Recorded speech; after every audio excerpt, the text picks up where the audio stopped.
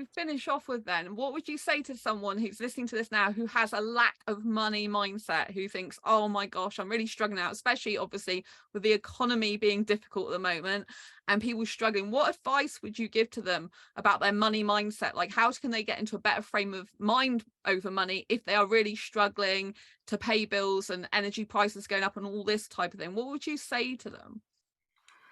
Well, what I would recommend is first to check up inside themselves.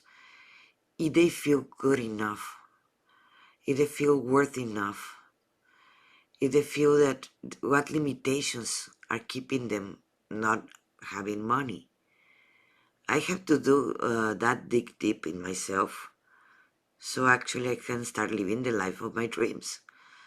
Or else I was always in a scarcity, that I was not good enough, that I was never going to have enough, that it was going to be always work, work, work, work, work, without any kind of enjoyment.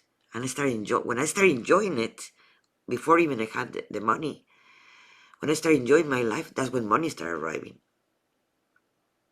So if they change that mentality and first go with the enjoyment and get into the vortex, like Abraham Hicks. yes, Abraham Hicks talk about it. If they go into the vortex and enjoying that process, that's when they're going to be attracting that money. You can't do it vice versa. You can't change from outside. You have to first start changing it from inside. Start living that happiness before the money arrives. So when Abraham Hicks talks about the vortex, what is it she actually means for those people who don't know what she's talking about? It is basically start feeling that what would you do if you have the money? How would you dress? How would you feel? What food you will eat? What kind of mentality you will have? Start getting into that mentality first. And start changing the way you observe life first.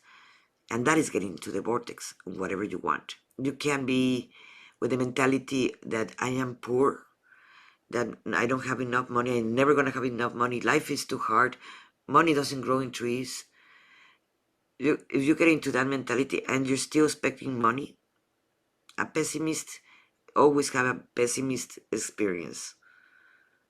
It is never gonna work with a pessimist too. They do great. I have not seen it. It might exist. I'm not gonna deny that because I can talk in absolute.